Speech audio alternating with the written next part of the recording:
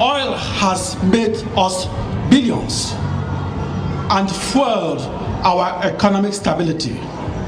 But oil has also become the bane of our existence. For some, it is a cause that has caused poverty and corruption. But for others, it is an essential source of untold wealth and power. But as the gap between rich and poor countries continues to expand, it is clear that intellectual capital and technology rule the world, and that natural resources such as oil, gold, and diamonds are no longer the primary determinants of wealth. Surprisingly, nations with few natural resources demonstrate greater economic growth rates than OPEC countries. Japan's economic growth, driven by technological superiority, outpaces that of Saudi Arabia. South Korea is growing faster than oil-rich Nigeria. And Taiwan's economy has moved well beyond that of oil-rich Venezuela.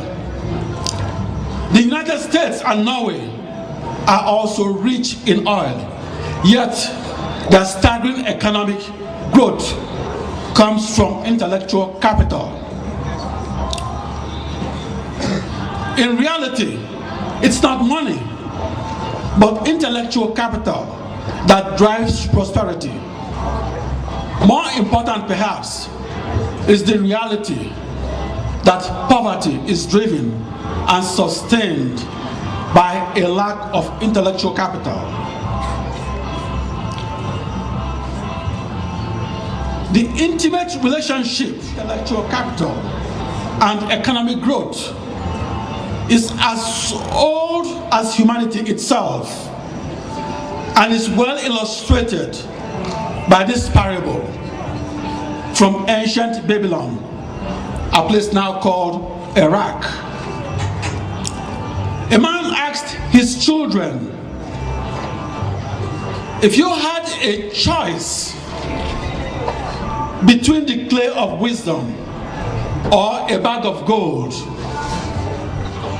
which would you choose?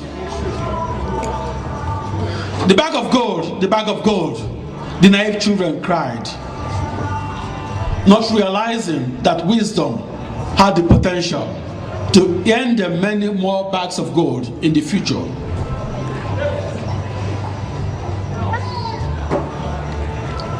"7,000 years ago, 7,000 years later, Iraq, the cradle of civilization, has its own private bag of gold, as it's perched atop the world's third largest oil reserves. Meanwhile, Israel, tucked away in the hostile terrain of a barren desert, has the clay of wisdom, the weightless wealth of intellectual capital embodied in the collective mind of its people.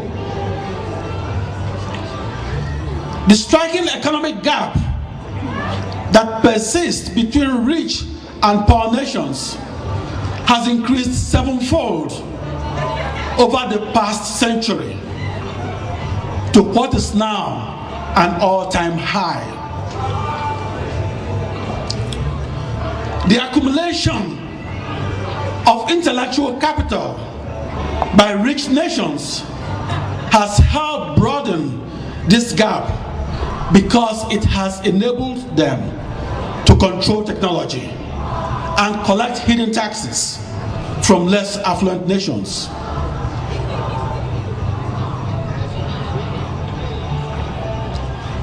For instance, Nigeria pays a 40% royalty tax on its petroleum revenues to foreign oil companies that are ripping out its family jewels, the huge store of wealth in its oil fields. These oil fields started forming when prehistoric dog-sized humans, our common ancestors with the apes, walked African grasslands on 4 legs. It's a shocking reality, but the deep oil reserves laid down by Mother Nature millions of years ago and nurtured through the millennia in Africa have been whittled away within decades, and for the dubious privilege of surrendering its natural resources forever, Nigeria is required to pay half its petroleum revenue in the form of royalties to the rich kids on the global bloc, the United States and the Netherlands. That oil field has been exchanged for a bowl of porridge and the black gold that should serve the underserved in Nigeria is helping wealthy Westerners get wealthier. Today, half the world's population of 3 billion people live on an average of $500 a year. In contrast, Bill Gates earns $500 every second. By controlling technology and taxing computer users, Gates has become wealthier than each of the 70 poorest nations on earth, and using his financial might has conquered more territory than Genghis Khan, Julius Caesar, and Alexander the Great combined. While Bill Gates is the new millennium's prince of technology, he is by no means the first to have taken the huge potential offered by the realm of technology. The Romans used roads and military technology to expand their empire, and for centuries, Britain ruled a quarter of the earth due to its unparalleled ability to command maritime technology and conquer the 7 seas. Britain undoubtedly established itself as the world's first superpower through its rapid and ruthless colonial expansion program. The British raised the Union Jack over Canada and Australia, India and Hong Kong, Egypt and Kenya, and countless other countries, even the United States.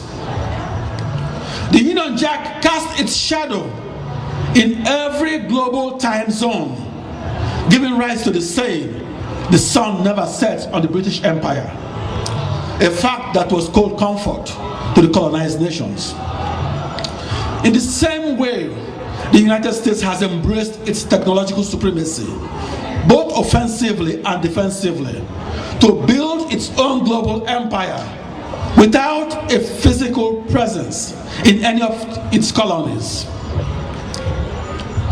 The sole remaining superpower is at the forefront of every major technological advancement, which it has used to become deeply embedded in 3/4 of the globe. The US has accomplished a virtual economic global colonization, manifesting its presence throughout the globe by harnessing the power of technology and capitalizing on its clay of wisdom. Africa's inability to realize its potential and embrace technology has left it at the mercy of the West. The time has come for Africa to seize the day and resist the efforts of America and others to leave their imprint and plunder its natural resources. Numerous examples throughout history support the idea that technology can be used as a tool of oppression, and there is little doubt that America's technological advancement has allowed it to exploit natural resources around the world. This is particularly evident in Africa, where the US is exploiting oil fields beneath the pristine rainforest and being rewarded with a 40% tax at the expense